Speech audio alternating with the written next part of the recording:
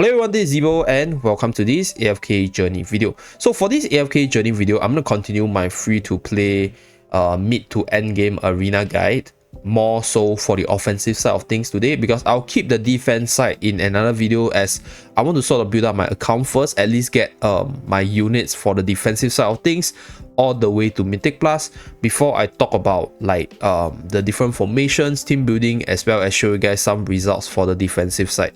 So for the offensive side, I have better results, and in terms of the offenses, I think for free-to-play players, you have a better chance winning on the offense than the defense most of the time, because you're probably understated, right? Number one, you're probably understated. Number two, your unit collection is very limited, so like whatever you do, you play around your strongest units in the first place.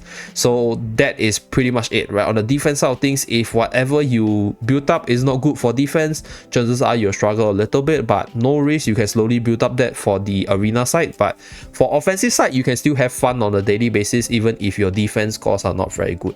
So that's the caveat. And before I start, right, just a showcase of how competitive this server is. I'm currently at rank 818 with 14 million power, and on top of me we still have 800 other players that are either stronger than me or as strong as me in terms of the account power level. So this is probably one of the more extreme cases where the server is really competitive. So if you are a free-to-play player, I think I suggested this multiple times. Go into a server that's easier for you. Go into a server with lesser people if you want better results, and if you want to play the game in the long run, in my honest opinion, right? Because you kind of want to secure like a decent chunk of rewards, at least I'll say top 100 or top 200 if you can, and not be stuck in I'll say like a Ashura battleground where everybody's a spender and they can afford to buy resources while you are stuck with zero resources and you're free to play, right? So that's just my advice. And before I start, okay, so this is the period where I feel, right, like the units that you built up so far will decide how you play this game mode. So I have been always encouraging people to build up all the mid to late game units compared to just focusing on units that are good on progression, right? At this point, if you have invested in Zeee and she's one of your strongest unit, right? Let's just go into this battle first before I talk about the other stuff. So for the offensive side of things as a free-to-play player, this is pretty much how a free-to-play player will look like in terms of the end game, right? For their box itself. So it is, I'll say, like the common box situation for most free-to-play or light spenders, because number one, you are very limited in terms of pools. Number two, you are limited in terms of your essences. So whatever units that you have built up to this point with whatever resource you have will dictate how you play the game mode, because you'll probably be using your strongest unit who has the EX weapon up, as well as being at the Supreme tier at least, or Mythic Plus tier at least, or at least Supreme Plus tier, right? So let's say like I mentioned multiple times like why I don't invest in Zeee, because I don't intend to use her. So moving forward, it's okay to not like use her, because in arena she's not very strong, but you guys will realize that a lot of people will be fielding her, and the reason is because they put their resources into her. So her being the strongest unit in their team is often the focus for the team building, the focus for the attacking portion, because obviously she's the strongest unit for most people and people are forced into using her. So is she a good unit? I don't think so, right, in terms of the whole general gameplay power level kind of perspective. But if you're heavily invested into her, like I mentioned multiple times, she will be your strongest unit, and obviously you want to field her in most of your arena runs, right, be it offense or defense, because she's your strongest unit, because she's the most heavily statted unit, and obviously because she has the best EX weapon. So that is the rationale behind why I always encourage free-to-play player not to invest in her, because yes, you do push through contents faster, but eventually you are stuck with whatever you have. So whatever unit you invested will be whatever unit you'll be playing with at this stage of the game. So that is the reason why I always tell free-to-play player to focus on the mid to late game, okay, compared to many other content creators out there.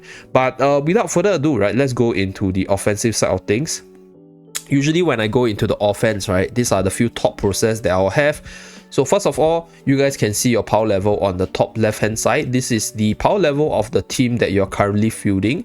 And then you see 3 opponents. So you have the opponent with, oh, the arena updated. Okay, but anyway, I'll use the refresh arena to show you guys. So over here, right, this is the power level that I have, and this is the power level of my team that I'm fielding on the defensive side of things.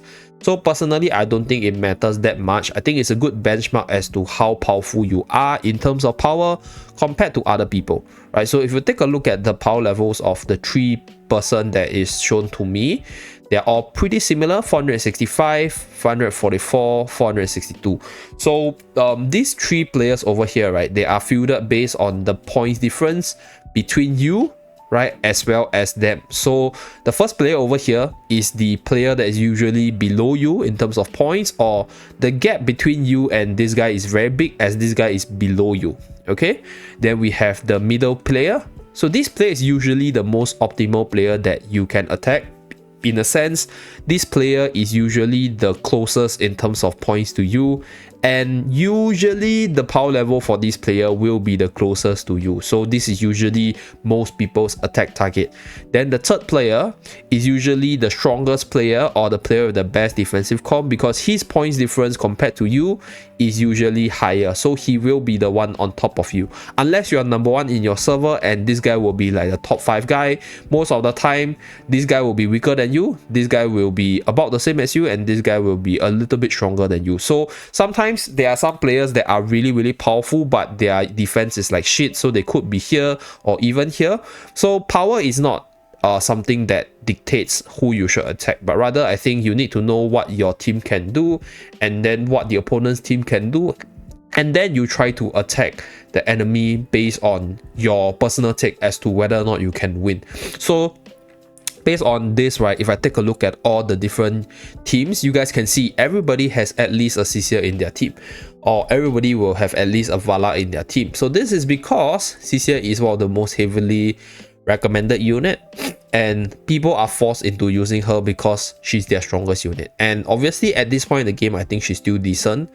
But one of the main reasons just now, which I mentioned, why I don't recommend CCR to free-to-play player is that she will fall off eventually. So as a free-to-play player with limited resources, investing in units which you can use for attack and defense will probably be the more recommended one, rather than investing in her who help you push through contents, and yes, you are done, but you're stuck in a situation where you are forced to use her, or you have no choice but to use her because she's the strongest unit. Okay, so next, let's go through the players first. So most of them are running like a CCR core, summoner core with Rowan or Torrent kind of thing, and I don't think I'll have a good matchup against them, even though this guy is lower power than me. So let's take a look at his team formation first and see whether or not I can play around it and win with whatever I have. So this is my team right now. In fact, this is also the team that I run on the defense, but it's flexible on offense because I can change out my positioning for the units per se. So I run the OD carry as well as the Torrent tank. So OD being my strongest unit is obviously the main carry. Then I run 3 other support to back up OD to make sure that he stays alive, or reposition units for me to bring down quickly. Okay, so in this case, if you guys take a look at this, right, CCR is definitely the main carry. So depending on how, okay, so if you take a look at this opponent's team, he's running a 2 tank. So his 2 tank as well as Rowan is going to try to keep CCR alive for as long as possible for her to summon. And my role to counter this comp is to quickly remove CCR. So he's using a confining spell which is control centric. And what I can do, I can actually swap CCR over with Reyna, which is one of my favorite unit for arena offense. So that's my strategy. I'm gonna try to bring down CCR ASAP, and then hopefully OD is just gonna poison everyone else and win from there. Before I start, right, I think one thing that you guys need to know is that it's okay to lose in arena, because every battle you're learning something, and then you can tweak out your strat, because the people that you'll be facing, chances are you'll see them again after you refresh the selection page itself, right? So whenever you fail a match, you might want to do a simple review as to, you know, what I can do better, whether or not it's positioning, whether or not it's I need to get my units powered up, or whether or not there's something wrong with my strat, like is my strat not working against this guy, sort of thing. So for this case, my strat is to OD poison everyone and win, and then my support will support OD, and then his strat is to get Zeee running to summon and spam control me and then win from there.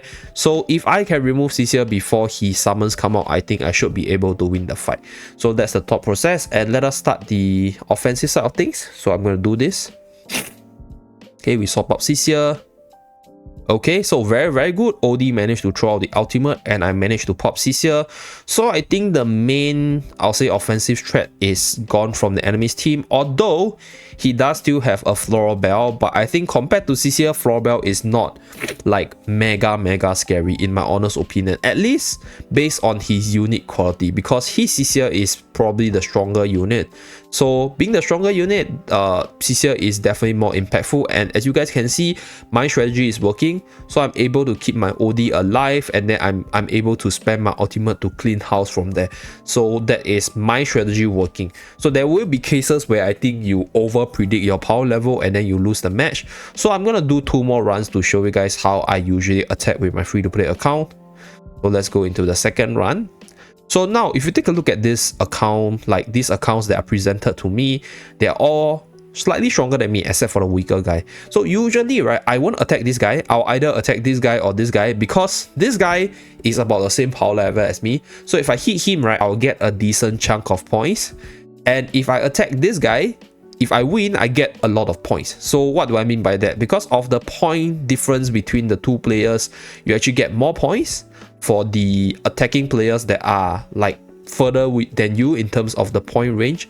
So I usually attack the last guy, but depending on your preference, I'll say either the second guy or the third guy, because you need to have some confidence in terms of breaking the last guy's defense to attack it. So I think I can try for this guy even though he's stronger in terms of power, but if I manage to find a loophole in his team, I should be able to do it. Okay, so let's see. I think we can do this. We can do this. Okay, I think we can do this.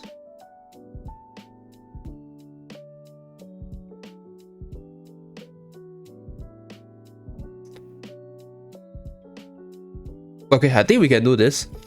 So this guy is still very reliant on Zeee as well. Yeah, that's okay. So I think this will be the case for most people and most servers. Like, people will be reliant on Zeee. So if you take a look at the comp, right, and you realize that they are very reliant on Zeee, try to bring down the Zeee ASAP. So Reina will be your best bet.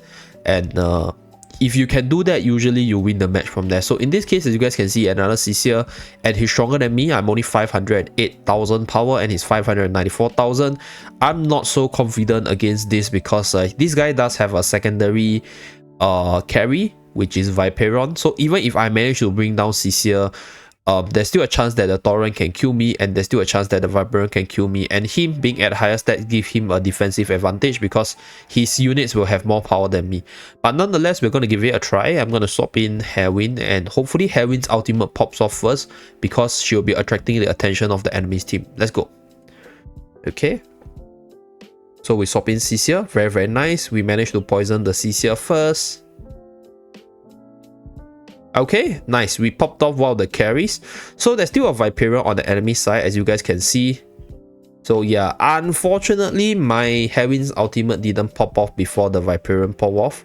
So I lost this one. Pretty unfortunate, but I sort of saw it coming because I can only actually deal with Zeee or Viperion, and I think I did rather deal with Zeee because if Zee's ultimate go off, it will be more devastating.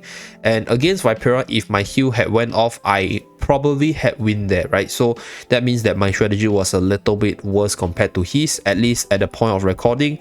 So I'm gonna do one last one before I end off the video. So this time around, we have 3 different opponents. We're gonna try to find somebody without Zeee, but I think it's really hard because that's pretty much what everybody start with, right? Like Zeee is one of the most developed unit for most people. So oh wait, I think I saw something. This guy doesn't have Zeee. Okay, this guy doesn't have Zeee, but his team is actually really strong. He has a freaking Valen and Supreme with 2 stars on the EX7, which is EX5, and then has a Vala Supreme 3 star. Then he has a Tamasia as well. Okay, but Wow, this team is very weak in terms of playing against CCS as well as Viperian, because yeah, you're gonna get wiped by those Grave Bonds very easily, unfortunately. But anyway, same strategy, right? OD is still gonna be, I think, where's my OD? I'm gonna link OD to this, and then I'm gonna send do I want to send?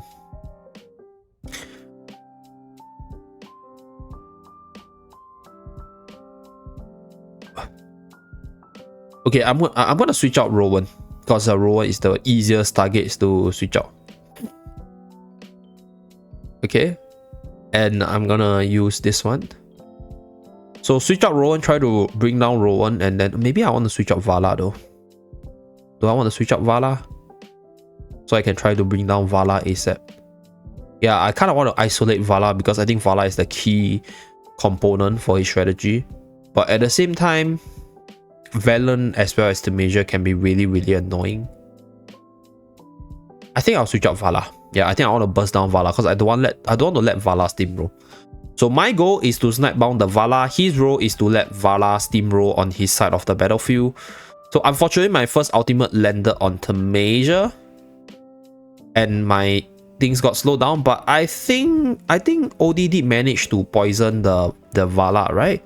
Yeah, so my strategy is working, and as you guys can see, my OD remains alive, and then I win the battle from there. One of the reasons why Light Barrel is so bad against Gravebond is because Torrent is just way too powerful.